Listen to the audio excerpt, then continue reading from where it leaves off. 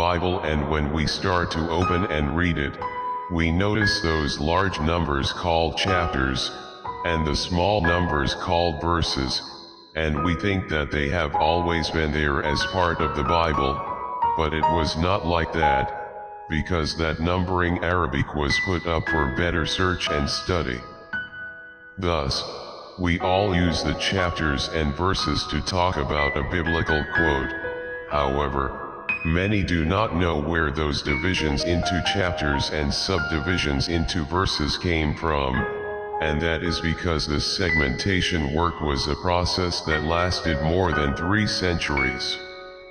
Biblical scholars, in order to facilitate the search for passages, had tried many systems of divisions, both in portions or in chapters.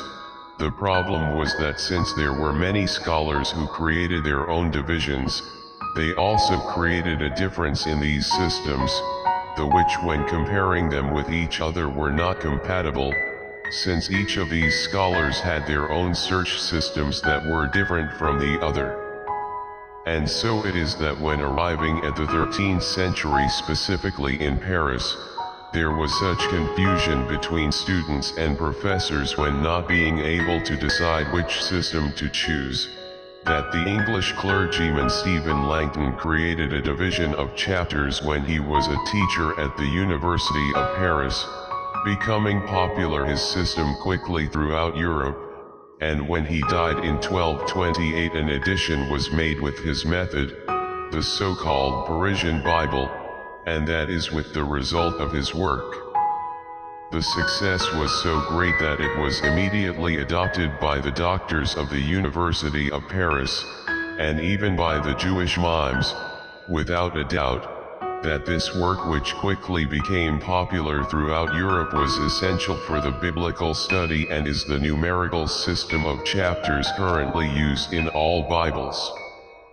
And it is that this process did not stop there, because, just as the division of the chapters had several scholars, likewise it was in the numerical creation of the verses. The Masoretes, who existed between the years 500 and 950 AD, were Jewish scholars who devised a system in which they copied the biblical texts and divided the paragraphs of the Torah. Their method allowed them to have more precision and maintain the veracity of their copies, and this, later, the Dominican philosopher Friar, and Italian script writer, of Jewish descent, called Sankt Spignani, was the one who subdivided each chapter of Stephen Langton's work into numbered verses in the margin of the lines, and it is thus that in the Old Testament, Spignani followed the divisions in verses made previously by the Masoretes, and the New Testament continued partially in that same Masoretic line. Nevertheless, the verses that he proposed were 3 or 4 times longer than the current ones. All this work was published in the Latin edition of the Bible made in Lyon in 1528.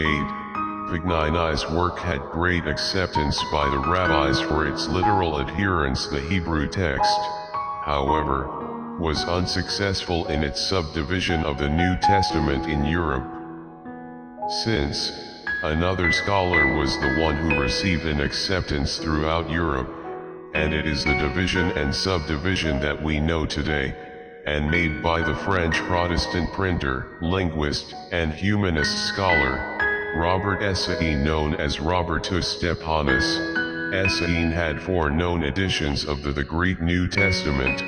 However, the most widespread was the 1550 edition, known as the Royal Edition, where he used a clear and elegant Greek typeface.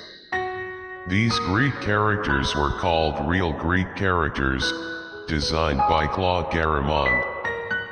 Garamond is a Latin font still used today by computer programs. However, Essaïn continued his work, and influenced by the translation and the work of the Masoretes, Sankt Spignani, and Stephen Langton, is that in 1551 he decided to place verses in the entire New Testament and continue with the unfinished work, and thus modify and fix the verses extensive and complete the 7 deuterocanonical books of the Old Testament that Vignani had not verses, such as Tobias, Judith, 1 and 2 Maccabees, Wisdom, Ecclesiasticus, and Baruch. This fact is somewhat ironic, since a Catholic like Vignani left without review the 7 books that only exist in the Catholic Bible, and yet it was a Protestant like Essene who puts numbered verses to the existing books only in the Catholic Bible and that are rejected by the Jews and the Protestant Church, as they are considered that do not belong to the canon of sacred writing, or divine inspiration. And when Robert Essene died on September 7, 1559, it was decided posthumously to launch in 1560 the first Bible divided into chapters and verses completely, as we know it today, and was called the Geneva Bible, including in it the study notes that explain the scripture. It was the Bible used by John Bunyan, Oliver Cromwell, John Knox, and William Shakespeare. Sometime later the Catholic Church does the same on November 9, 1592. Pope Clement VIII publishes a new version of the Bible in Latin, with the work started by Langton and finished by Essene, the chapters and verses being definitively specified and accepted, as we know it today. After Essene's death, his son Henry finished the Concordance project in 1594. All this work of division that lasted more than 3 centuries, served to facilitate the search for biblical passages, to find paragraphs that helped the study and understanding of the text, and the context in which it was written, each passage, each story, each prophecy, each teaching. But, while it is true, it is a great help and is very useful for memorizing, locating, and comparing biblical passages. But since it was not part of the original text as it was conceived, a serious problem was created, since the division into verses fragmented the biblical text, as if they were single phrases and without connection between them. And many pseudo-scholars, not understanding that these fragmentations serve only as a guide, easy and quick search for a quote, what they have done is remove the context of that quote, and give them another teaching, so that by isolating a verse, they remove the actual context of the quote, and that phrase can be used anywhere, and they decontextualize it by creating a new doctrine based on that decontextualization. But when studying the scriptures we must forget those added numbers and titles, and study everything, not just a phrase or a quote as it is said, but the whole context, and use the numbers for a quick search of those passages. Otherwise, it will occur that using only one verse they see a contradiction in another verse, but what really happens is a decontextualization of the teaching. I take as an example these 2 biblical quotes said by Jesus Christ that supposedly contradict each other. Matthew chapter 7 verse 1. Do not judge, or you too will be judged. John chapter 7, verse 24. Do not judge according to appearance, but judge with righteous judgment. Seeing these 2 quotes many see a contradiction, since in a teaching according to them, not to judge, but in the other quote he tells us, judge. And it is that many say, do not judge or you will be judged, as if it were a prohibition to judge, but we all judge all the time, when they say who is beautiful or who is ugly, when we judge with which partner to go out and with whom to marry, even when we eat we make use of judgment by saying, if the food is rich or not. We do the judgment at all times and without realizing it. But if you continue reading the teaching of Jesus Christ, you will realize that it is not a prohibition but a warning of the hypocrisy of the judgment, and that you must be very careful with what you judge, since if you have the same sin, you will be condemned by your own judgment, and if you have the same error, it is better to remain silent and not judge. Let's see the whole teaching. Matthew 7 from 1 to 5. Do not judge, or you too will be judged. For in the same way you judge others, you will be judged, and with the measure you use, it will be measured to you.